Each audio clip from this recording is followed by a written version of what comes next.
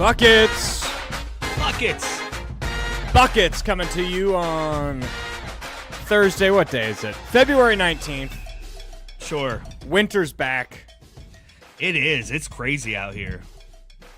I'll be honest, right after the U.S.-Canada hockey game, I was just sitting on my couch doing a little bit of work, and I started to hear something. Like, what in the world is that sound? And I look outside, and it was sleeting, and it was coming right down on my window. It sounded like hail. I hate it. I enjoyed this past weekend of weather, but we're still in the middle of college basketball season, so it's okay if it feels like college basketball season. Yeah, my wife was on her way home, and she said it's literally snowy. It's like it's raining Dippin' Dots. That's kind of what it was doing for a while, but now it's like fully snowing. I'm a little worried the kids aren't going to have school tomorrow.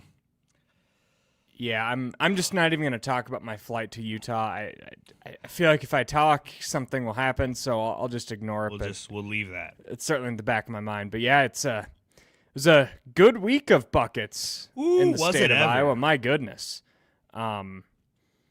it lived up with marquee game after marquee game. I mean, the rating for Iowa State's Big Monday game just came out. 1.6 million people.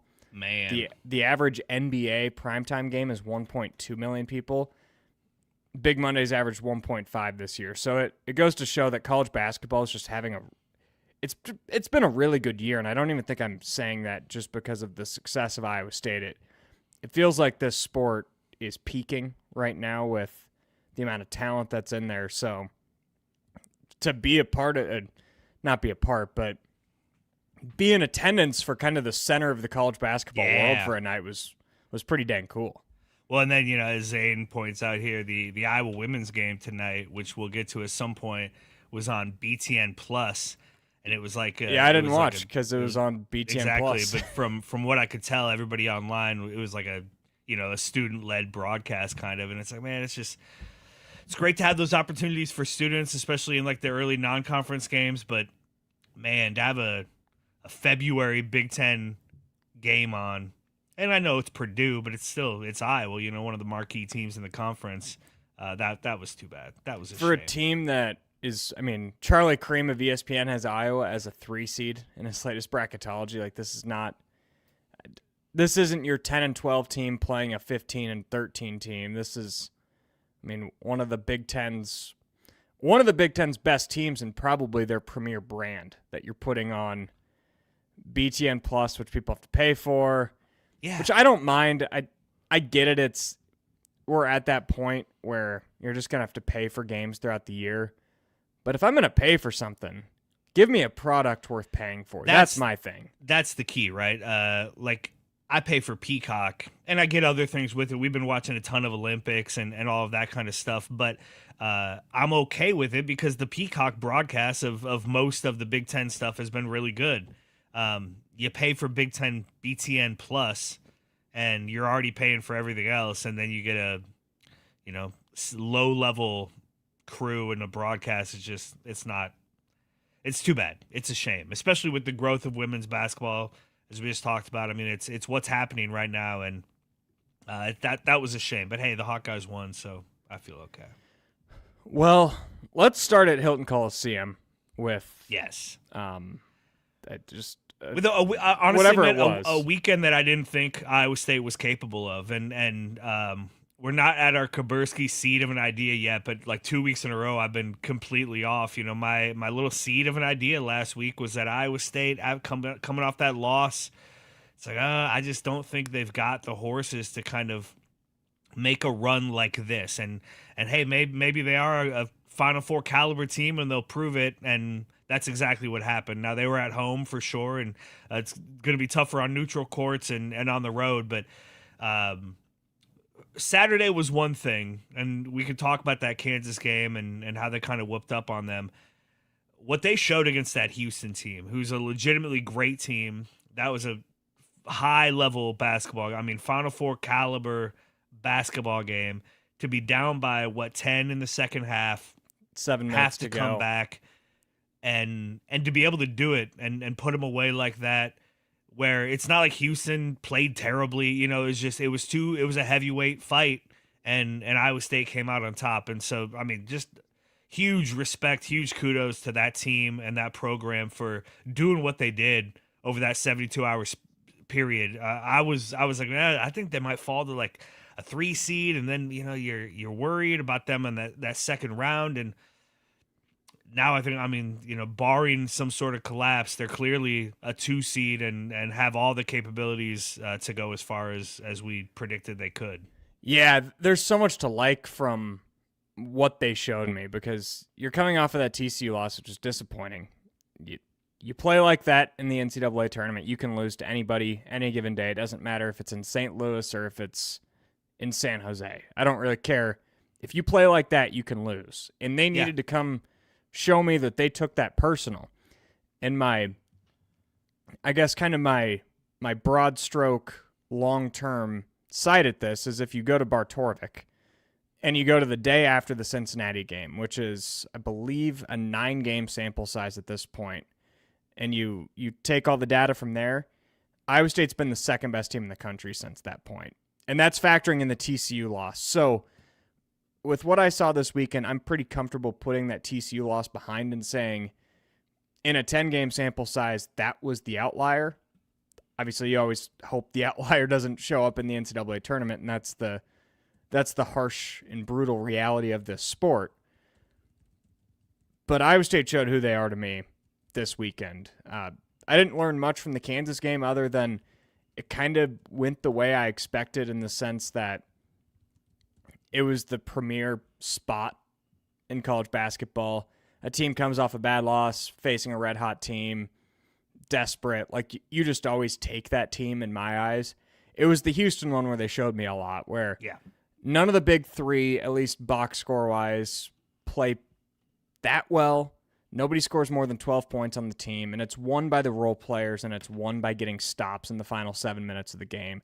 And that's what you're going to need in the NCAA tournament, regardless of what seed Iowa State ends up, whether it's a 2, potentially a 1, maybe a 3 seed. If you hit the Sweet 16 or the Elite 8, you're going to find yourself in a game in the final 5 minutes. And what's the most important part of those 5 minutes? It's getting stops. And Iowa State, throughout the TJ Otzelberger era, has proven that to me, and they certainly proved it Monday night against Houston to be able to do that against one of the best teams in America. What you just talked about, where nobody scored more than 12 points, the balance that we saw Monday night against Houston, 8 players played, nobody had more than 12, but nobody had fewer than 6. And as you know, the bench guys stepping up, the young guys stepping up, Heisey hitting that big shot, obviously. Just when this team is, it's the opposite of the Hawkeyes, right? Like, Iowa has to have Bennett Sturts go nuts and then hold on and hope they can find a way to win. Iowa State right now can survive without their big three having big games, because they've got so much depth, because they've, through a season where they played a lot of lopsided games and a lot of teams that were less talented than them, but that's allowed them to kind of get guys minutes and get guys confidence. And now at the end of February, and as you head into March and tournament time, that's going to really pay off for some of these, kind of no longer freshmen, no longer first-year guys, because they've played so many minutes in these games in the Big 12 schedule. And so, yeah, this team it's playing really well right now. And now you go out to BYU, and a BYU team, hampered by injury a little bit, and you feel pretty good. I think you feel better about that game than you did a week ago. Yeah, no doubt. And I want to go back to our Buzzard Billy segment, Buzzard Beater, last week. And I only bring this up because it's not going to happen again. I had the perfect week. So it makes me want to go play the lottery, which where better to play the lottery than the Iowa lottery at Powerball.com. I predicted the 2-0 week, and I know it was bold at the time. It was bold. I thought you were a little crazy. I didn't feel as crazy picking the split for Iowa. It was more so just which game it was going to be, and that to me felt like a coin toss. But to go perfect in that stretch, I feel pretty good about myself. So maybe I'll have to stop at Casey's tomorrow and buy myself a Powerball ticket. You guys should do the same with our friends at the Iowa Lottery. They're on board with buckets now, and we appreciate their sponsorship. Yeah, we do. Absolutely. So, yeah, I guess you're headed out to this BYU game. Maybe before we get to that, I saw the media put out its bracket tonight. I don't know how they kind of figured this out. The first look, the top 4 seeds will come out Saturday from the NCAA committee, so we'll have a good idea kind of where they slayed Iowa State. We got that on the women's side this past weekend, and we'll talk about that once we get to the women's side of things. But the media has Iowa State as the number 1-2 seed, and I saw somebody said they voted. It was basically Houston or Iowa State for that last 1 seed, and Houston won the vote, 8-4 or something like that. Even though Iowa State just beat them on the court, the number 1-2 seed, Iowa's a 7 seed in that bracket, but you got to feel really good about where this team is going into this final stretch. And then, yeah, this BYU game looks a lot more winnable. Obviously, the road trip at Utah, the Texas Tech game, tough, but you're at home. That Arizona game is kind of like, can you go and beat Arizona and potentially play yourself into a 1 seed? Yeah, the way I'm viewing this final stretch is if you take care of business heading into Arizona, you're essentially a lock to be a 2 seed, I think, no matter what happens. And to me, that all focuses. Shout out, Connor. Thanks for tuning in. Buddy. Thanks to everyone who's joining us here in the Channel Seed Studios. But this BYU game, yes, it's tough. Yes, the spot is really brutal. You're going west. Mm-hmm. You're playing them 9:30 your body clock time. Ryan Hammer, who was at Iowa State this past weekend, big college basketball personality. He does in-depth atmosphere rankings. He has Hilton Coliseum 2. He's got the Marriott Center 1. And again, this is all based off of, like, if you show up to a place on their best night, they're going to... But still, to have that high of a praise, he was in the building Monday night, and it was the second best college basketball atmosphere of his life behind what he's experienced out of BYU. So that place is going to be on fire. It's always on fire. But at the same time, they haven't been that great this year. They're really talented. Yeah. They've got AJ DeBanza, who's going to be at worst the 3rd pick in the NBA draft, at best the 1st pick. Yeah. And they've got Rob Wright, who's a great point guard, but they just lost their emotional leader, Richie Saunders. They haven't really had any consistency from role players at all this year, but they've given Iowa State problems in the past. And it's a concern, but at the same time, in my eyes, they're not even close to the same team they've been. Not from a, record-wise, talent-wise, record-wise, they're probably similar. Like, this is about the spot they've been each and every year Iowa State's played them, in the 20s, in the 30s. But their play style is so different. They don't... I used to think of them as the old Hoy ball, the way they move the ball nonstop. Mm-hmm. They don't do that anymore. They play more ISO ball than maybe anybody in the conference between DeBanza and Wright. So it doesn't feel like the exact same matchup for me, although still scary considering the history and how Kevin Young's performed in this game. Yeah, I mean, I see all of that, and yeah, on the road it's certainly difficult, but you go win this game if you're Iowa State. You go win this game. You go sweep this road trip. AJ DeBanza over 28 points no matter what. I think DeBanza is going to go for 35 regardless. It's a matter of, is it efficient or is it inefficient? That's what this game will come down to. If he scores 35 points and does it on 10 of 15 shooting and gets to the free throw line 15 times, you're going to be in trouble. Yeah. If he gets to 35 points but is 10 of 28 from the field and you make him work for everything, then I'm really going to like Iowa State's chances. But I'd be really shocked if he didn't at least put up his season average, which is about 25 points.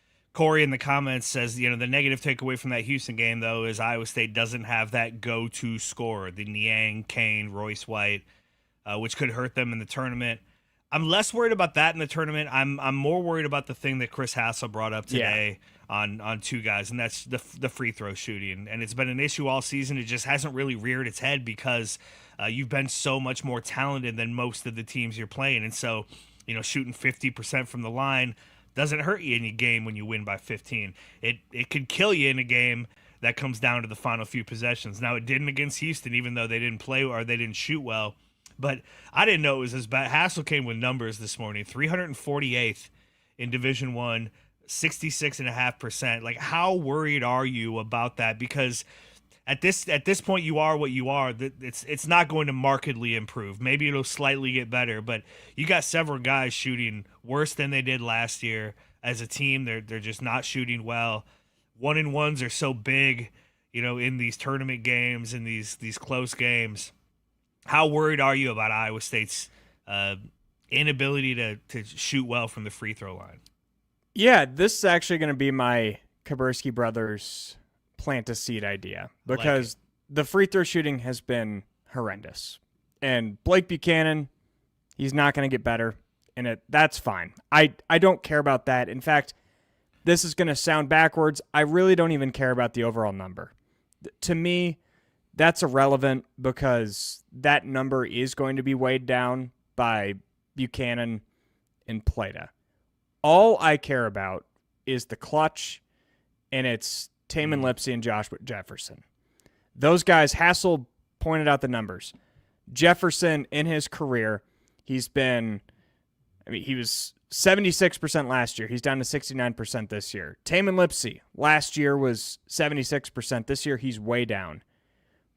My plant a seed idea would be that if there's any optimism for the free throws, it's that those guys will regress to the mean, or in this case, progress to the mean. And that's really all I think this comes down to. Because if Iowa State's 18 of 22 in a game shooting free throws, but the 4 free throws all come in the last minute, that's going to cost you a game. If you're 13 of 22, but you go 5 of 5 down the stretch, that's going to win you some games. So that's what this all comes down to me. I'm not really going to take much concern over the KenPom number, because it's not going to get better. Right.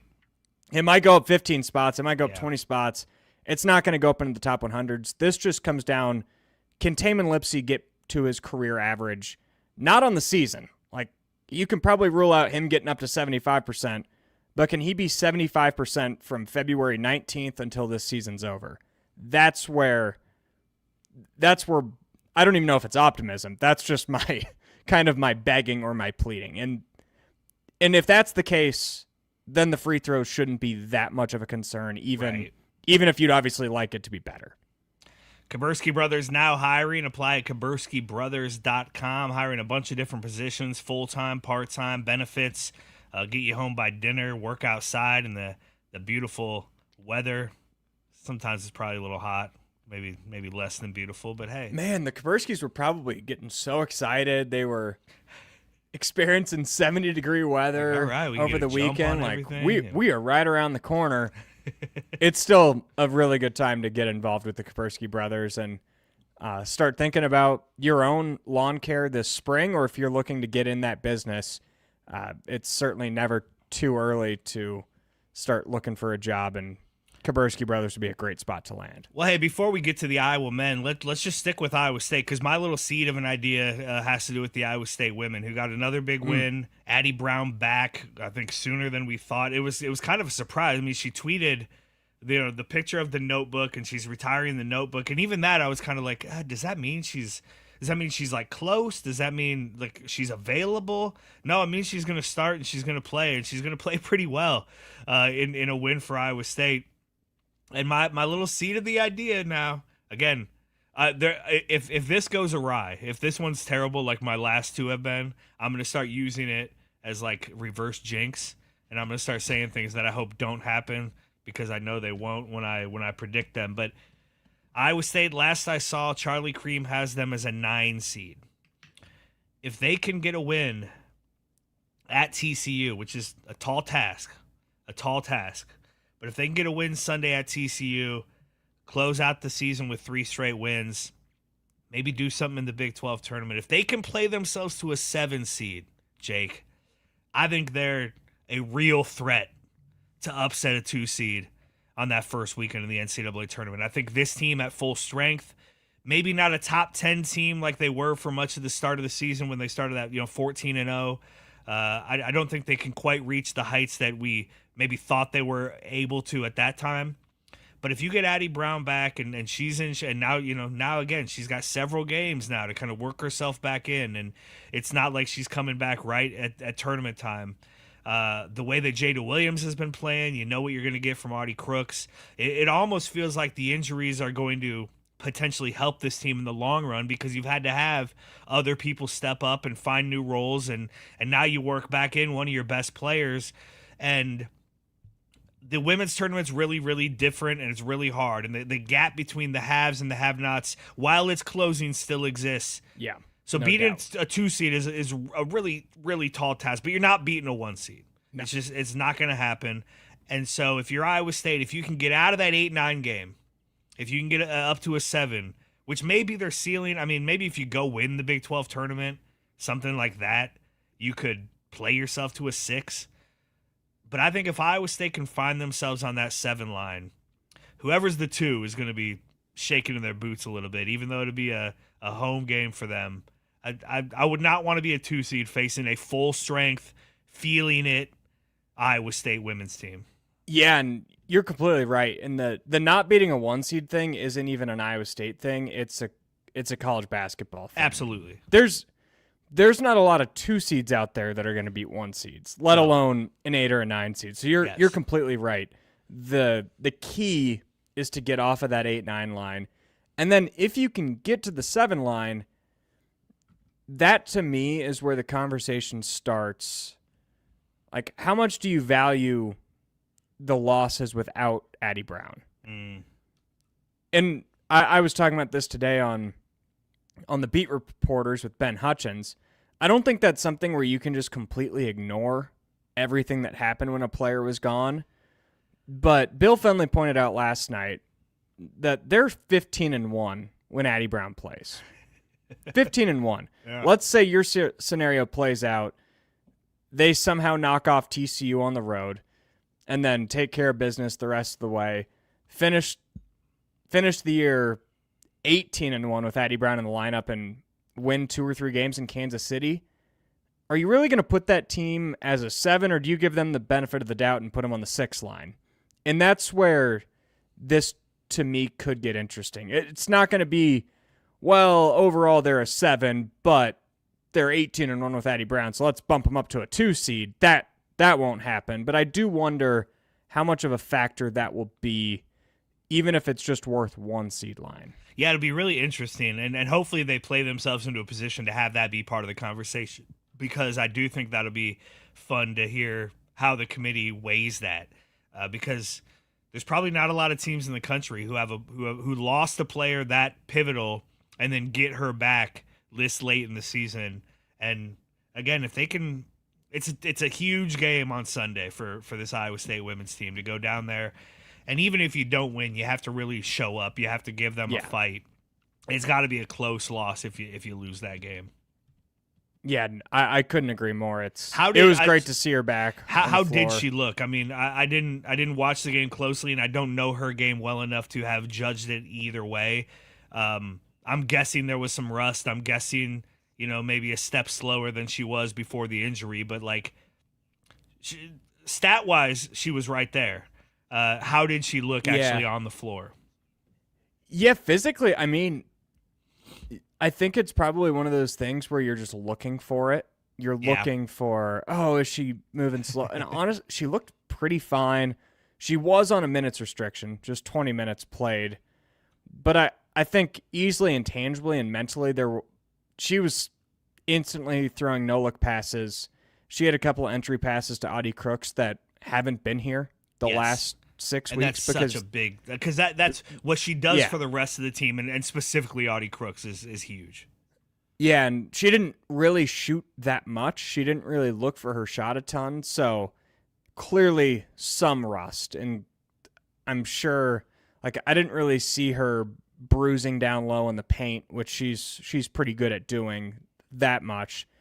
I imagine that's something that will come with more time being back in the mix. But yeah, it sounded like she was feeling pretty good heading into the game. She didn't necessarily say she was 100%, but I'd imagine getting hit and seeing what it's like again and having a few days off leading into TCU it'll be interesting to see how she looks down in Fort Worth.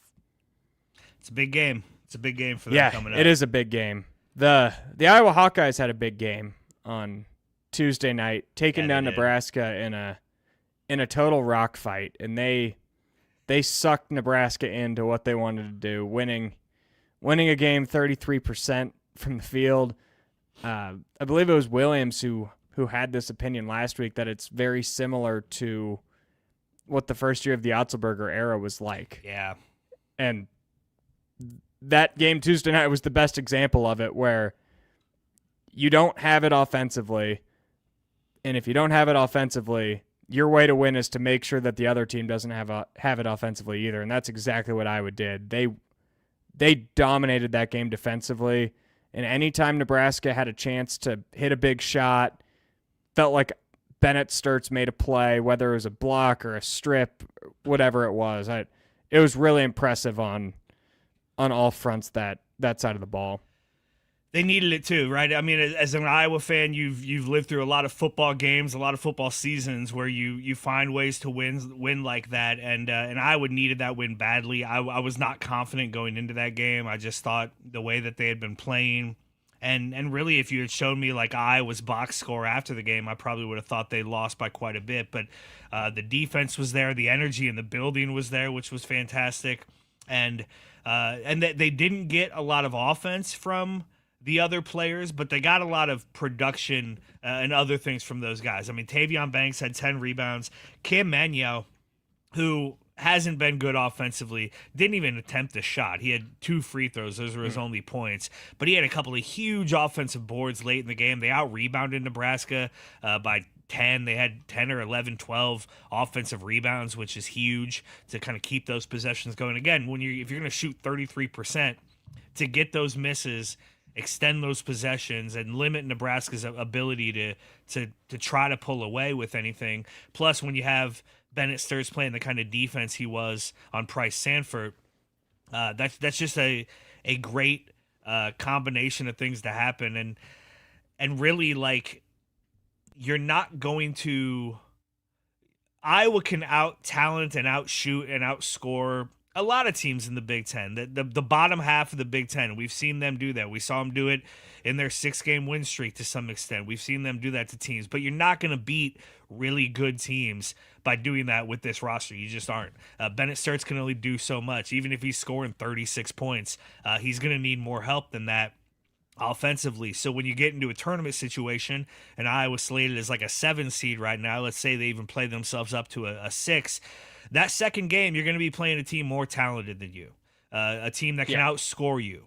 And so how do you win a game like that? You're not going to do it by outshooting them. You can't hope that Cooper Koch and Brendan Hawson get hot from 3 and Fulgaris finds it, and it all comes. I mean, maybe it'll all come together and they'll beat a very good team 85-83 and we'll all celebrate. More likely than not, you're going to have to get into that kind of a rock fight type of game with a team like that, play really good defense, force turnovers, find ways to out-rebound that team, and make free throws down the stretch. And the way that Iowa was able to beat Nebraska did kind of reinvigorate my hope for that second game in the tournament.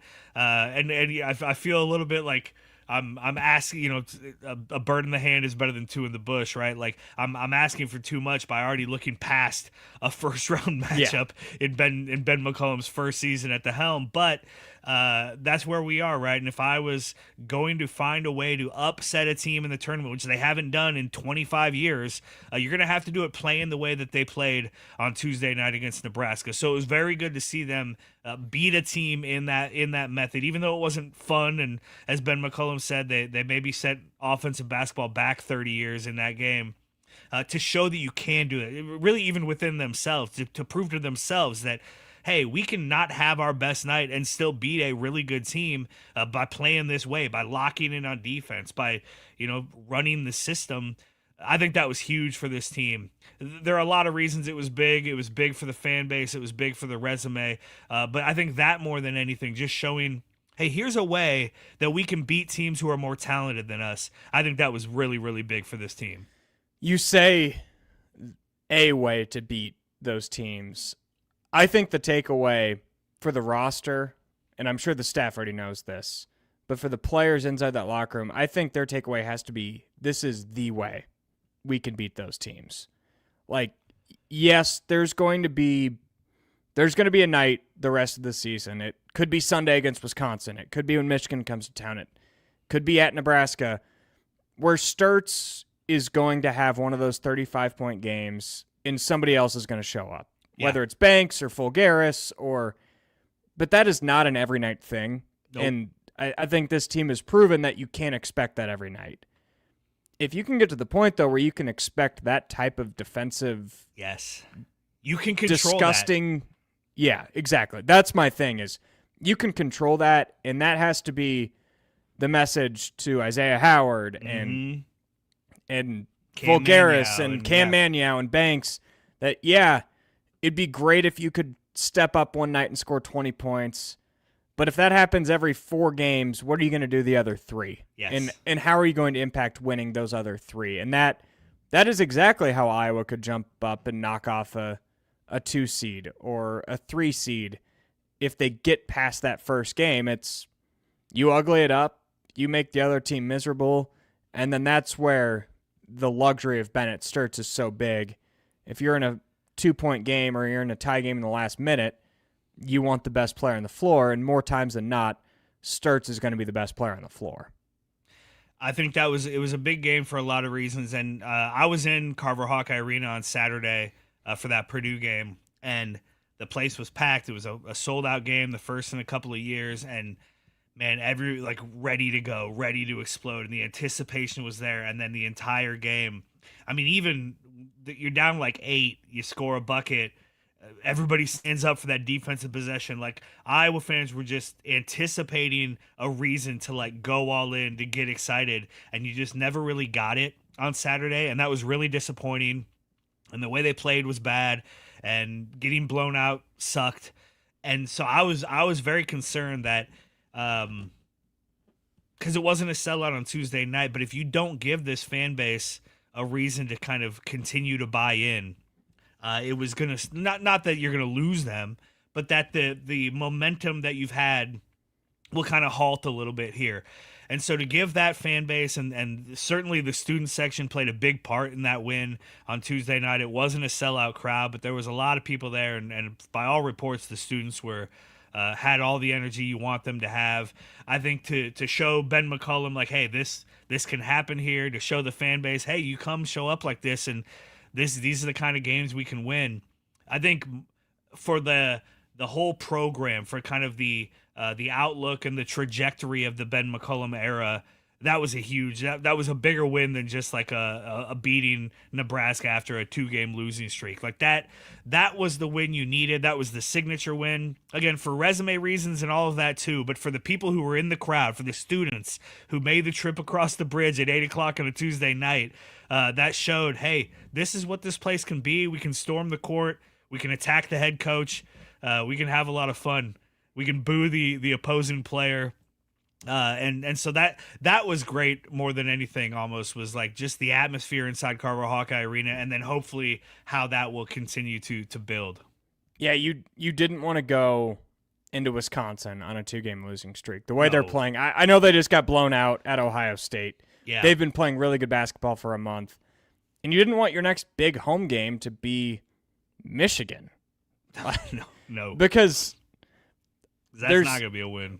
We just saw what they did to Purdue. That's not a game you can count on. So to have that signature moment and to be able to celebrate with the players and with Ben McCollum on the court, that's something you remember. It reminds me of early Paul Rhodes.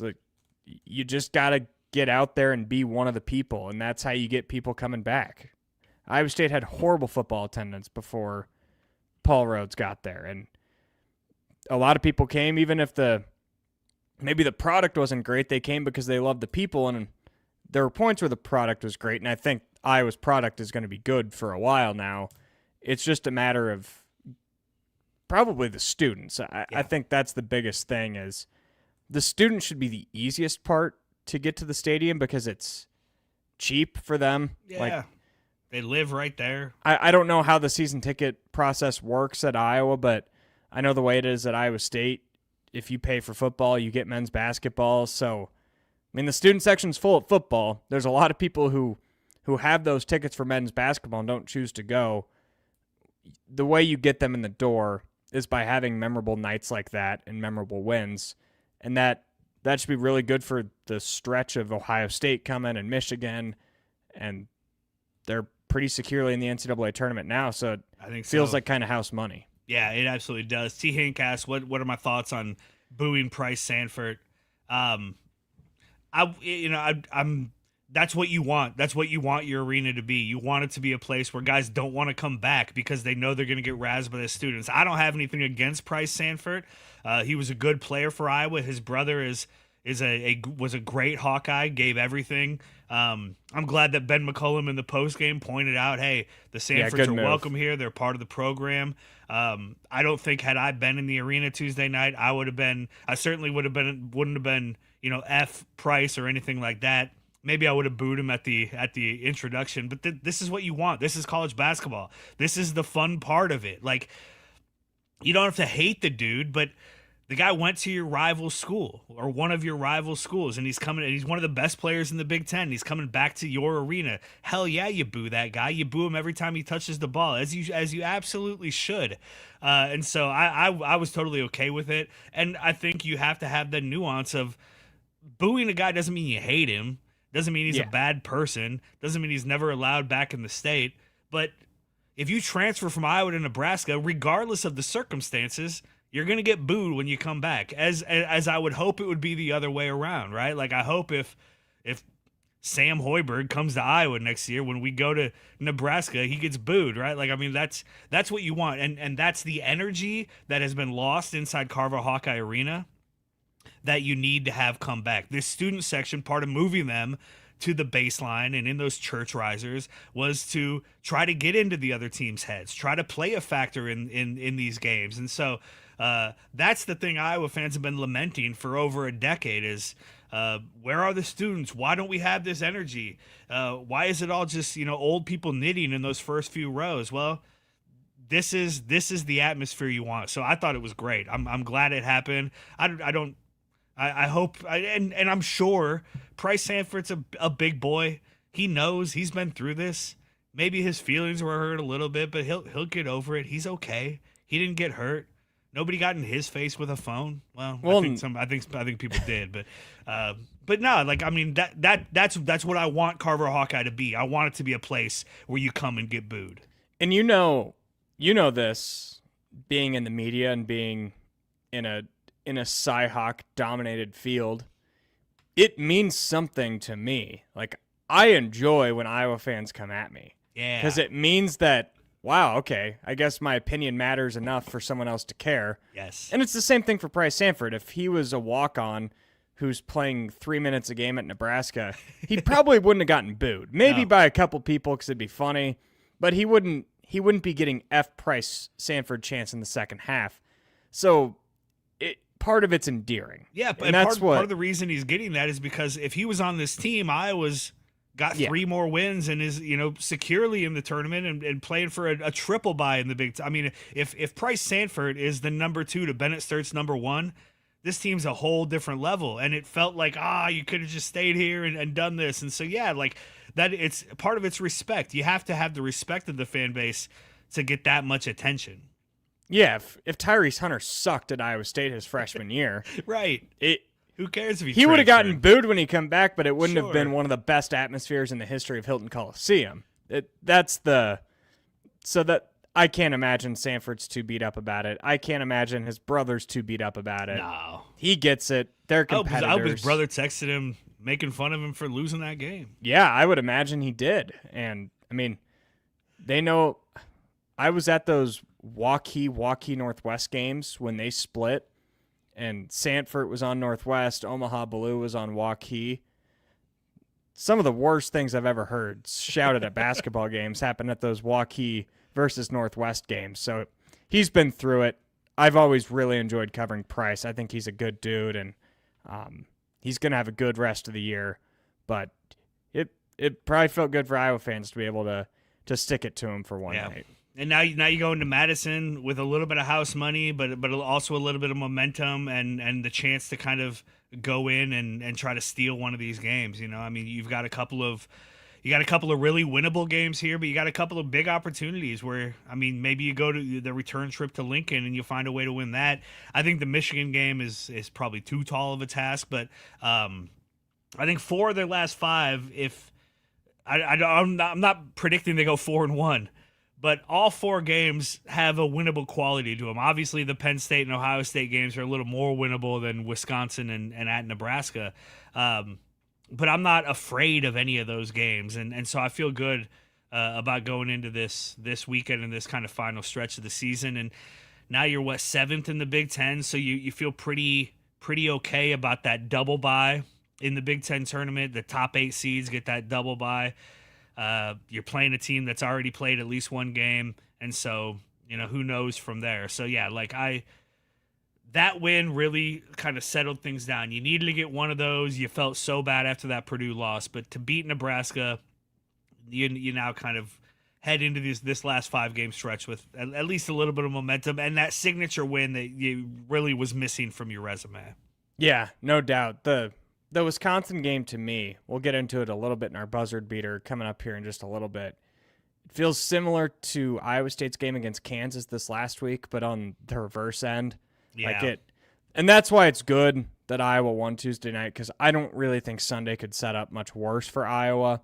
A good team and a good atmosphere that just got humiliated against a team that's feeling good, that just won a game. It doesn't always go the way of how you think trends go and how spots set up, but as far as spots are set up, it's a really tough one for Iowa on Sunday. It really is. Yeah. You'll learn when we do the buzzard beater that I literally never pick Wisconsin to win anything. I know that. So I'll just leave it at that. Yeah, women got a win. They did. A win tonight against Purdue. And humiliated Nebraska again on Monday. Yes, they did. Man, Nebraska is just Iowa's bitch in everything. They are right now. It's in everything. Even wrestling, where Iowa's having a down year and Nebraska's pretty good. They were supposed to lose to Nebraska and didn't. So it really is spilled in every sport. I guess we'll see in the final game of the regular season when it's in Lincoln. It's kind of your Iowa State Kansas thing where that's going to be you always know you've got another matchup against them, but for right now, I mean, in football, pretty much no matter what the circumstance is, it feels like Nebraska falls flat on their face. And that's the funniest one, because Nebraska just always thinks they're going to be good, and they always find funny ways to lose. But no, the Iowa women now three wins in a row after that 3-game losing streak. The win, Monday against Nebraska, and then tonight, a 9-point win over Purdue. They were up by quite a bit more at halftime. Without Stuelke as well. Yes, so Hannah Stuelke. So that's where I'm going with my what's weighing me down. She got hurt in that Nebraska game. Now, she did come back in that game, and it was kind of a surprise this afternoon when she showed up on the injury report as out. You wonder if it's one of those where we feel pretty good about beating Purdue without you. We have a huge game against Michigan coming up on Sunday, so let's give you a little extra rest. I think they said she's day-to-day, but they're hopeful she'll be available Sunday against Michigan. But that is the thing that's weighing me down, because just this time of year, any injury, and we've seen it in on the men's side with some really big name guys going down, and it's even if it's like one of your rivals, it just sucks. It's bad timing for a big player to get an injury right now, because even if she is able to play, is she going to be 100%? Is she going to be able to come back? You have back-to-back games now really for the rest of the season, and so she's not going to have a lot of time off. So I'm not super worried about it. I'll be a hell of a lot more worried if she doesn't find a way to play Sunday against a really good Michigan team, because A, I don't think Iowa beats Michigan without Hannah Stuelke. They may not beat them with her. But B, that would really indicate that, there's something major going on here. So shout out to Siouxland scale service. But that's what's weighing me down, is just the fact that Hannah Stuelke missed tonight's game. And I'll feel a heck of a lot better if she's in the lineup on Sunday. Can I add to the what's weighing me down? Please. Pretty much in identical fashion. It's the injuries in the Big 12.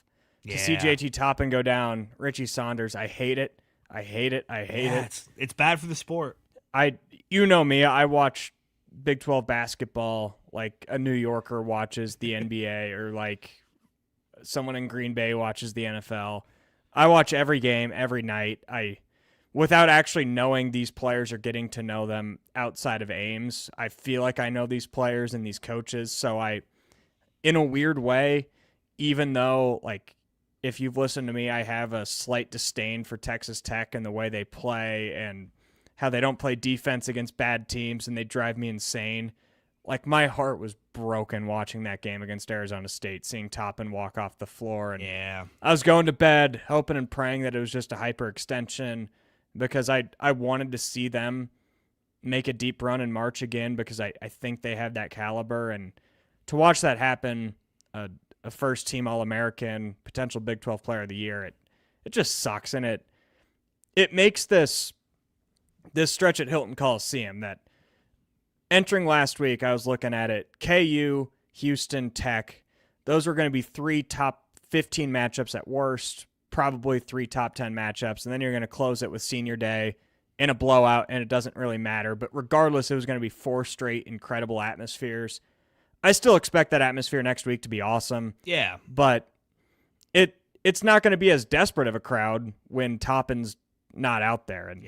And that part sucks. It all just sucks. And I knock on wood, I hope there's no more significant injuries around the sport of college basketball because there is so much talent right now. And it's setting up to be an awesome March. And I want as many of the elite players playing at elite levels as possible. SiouxLandScale.com, 712-255-3282. Sales, installation, repair, calibration, and rail scale testing services. Check out our friends at Siouxland Scales weighing us down. But yeah, the Iowa women getting that win tonight, and then obviously sets up for a huge game.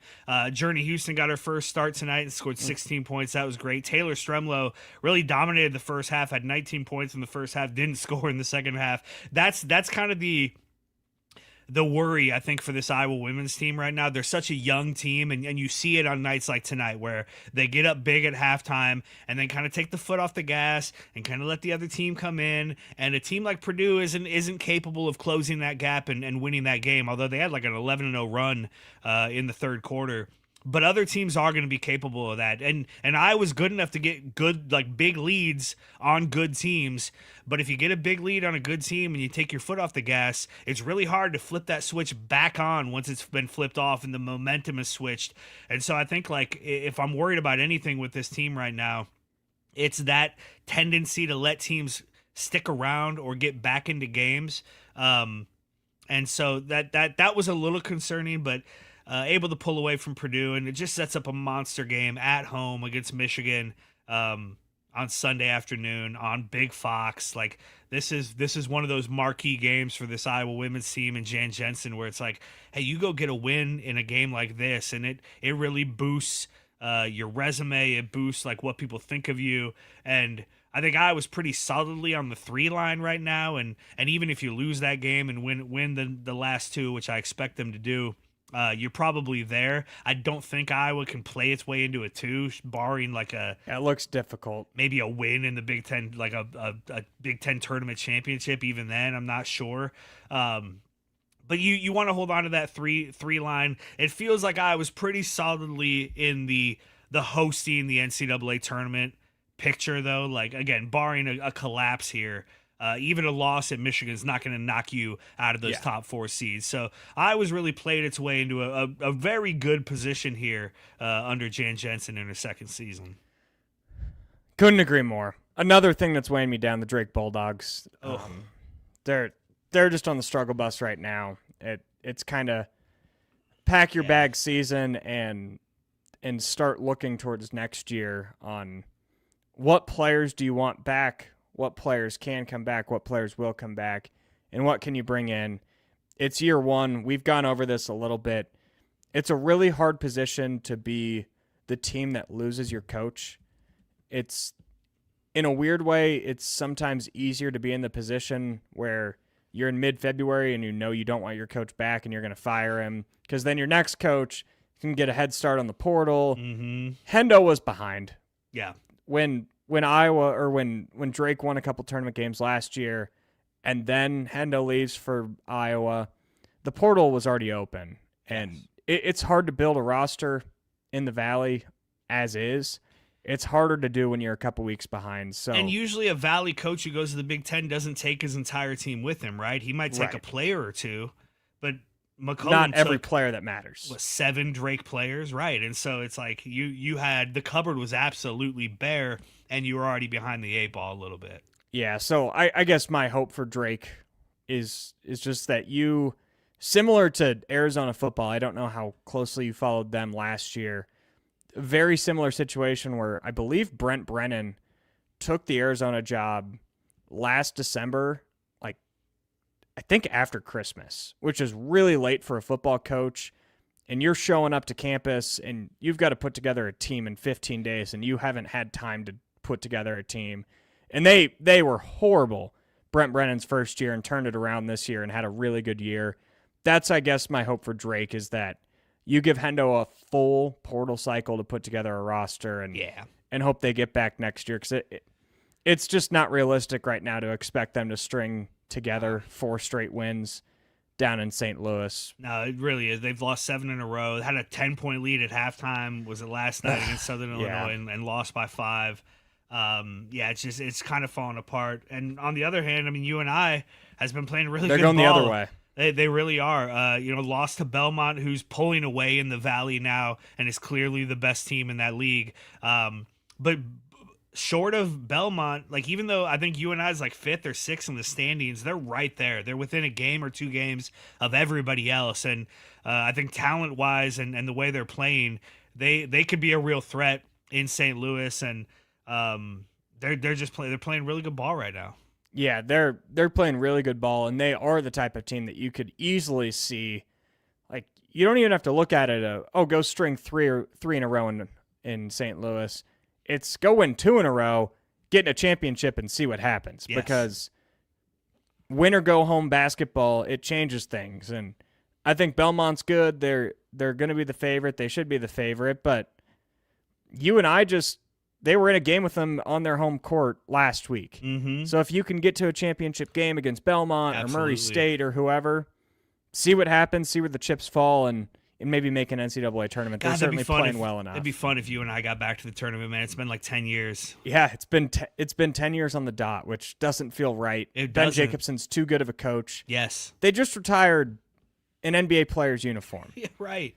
And he was there 4 years. And granted, the year they probably would have made the tournament or had the best chance, it got canceled due to COVID. So I hope this can be the year for you and I hope this can be the year for Coach Jake because he's not young, but he's not ancient either. Right. So you hope maybe it could be a bit of a renaissance for Jacobson's career if they could make it back. Absolutely. Well, is it that time? Shall we get into the buzzard beater from Buzzard Billy's?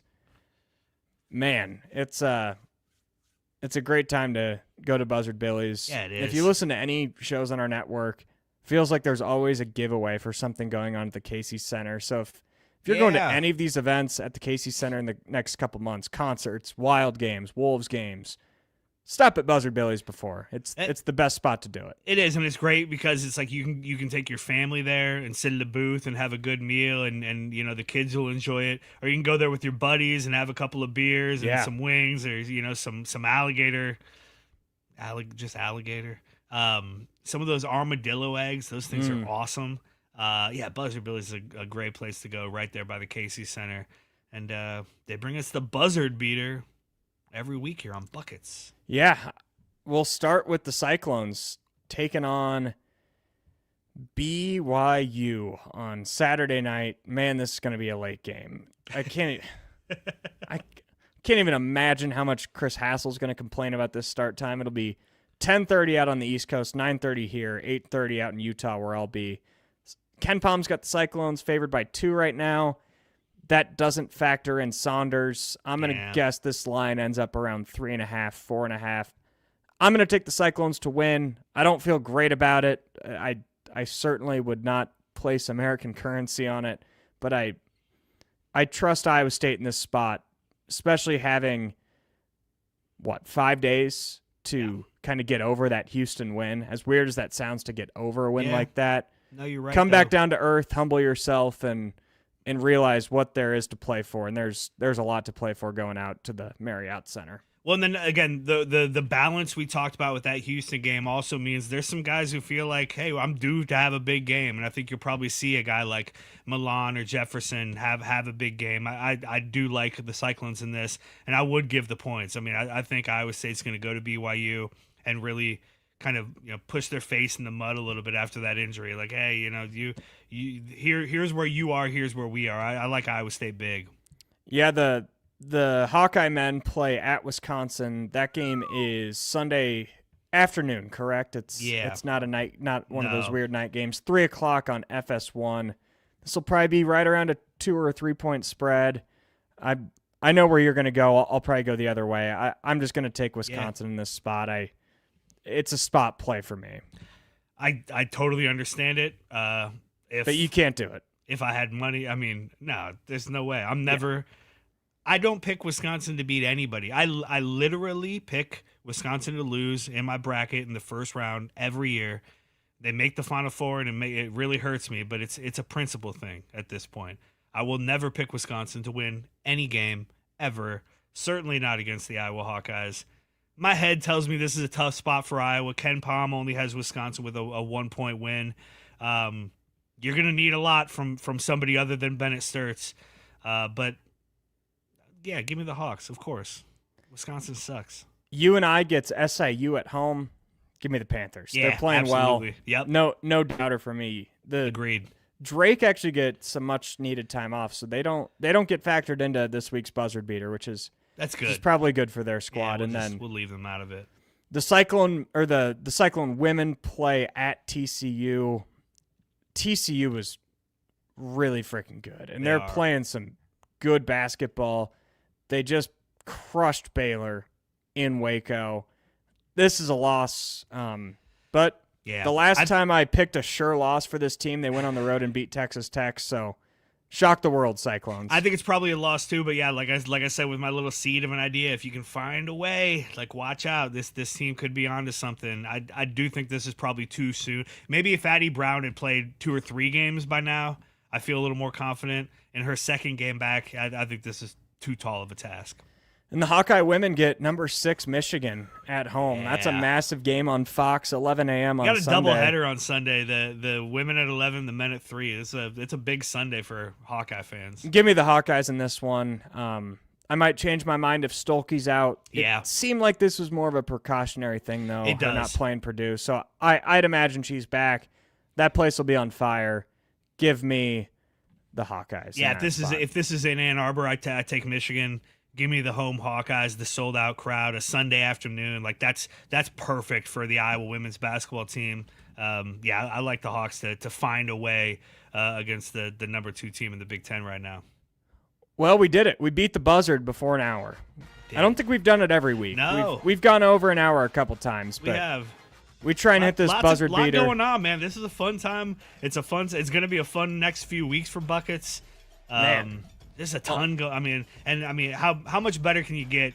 If you had told us last Thursday that the Iowa and Iowa State men would go combined 3-1 in those 4 games that we had locked up, I think we both would have taken it regardless of what it was. And so, things are good right now. Yeah, my next few weeks are going to be pretty insane. I'll be in Utah. Yeah. I'll get back. I'll do Buckets Thursday. We'll have the Iowa Everywhere fan party Friday. That's right. That's a week from tomorrow, yeah. I'll cover Iowa State, Texas Tech Saturday, then fly out to Arizona, and then as soon as I get back from Arizona, I'll do Buckets that night, and then it's senior day, and then we're in the postseason. So we're in the thick of it, man. It's slipping away. Hey, do us a favor. If you are a Buckets fan and you come to the party next Friday, let us know. There's going to be a lot of Murph and Andy. There's going to be a lot of 2 guys.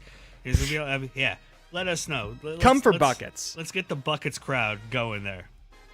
Awesome. Well, for Andrew Downs and Jake Brend, this has been Buckets in the Channel Seed Studios. Thanks to everyone who participates in the comments. You guys make this awesome. We love doing this show, and we'll be back next Thursday, same time, live at 8 o'clock.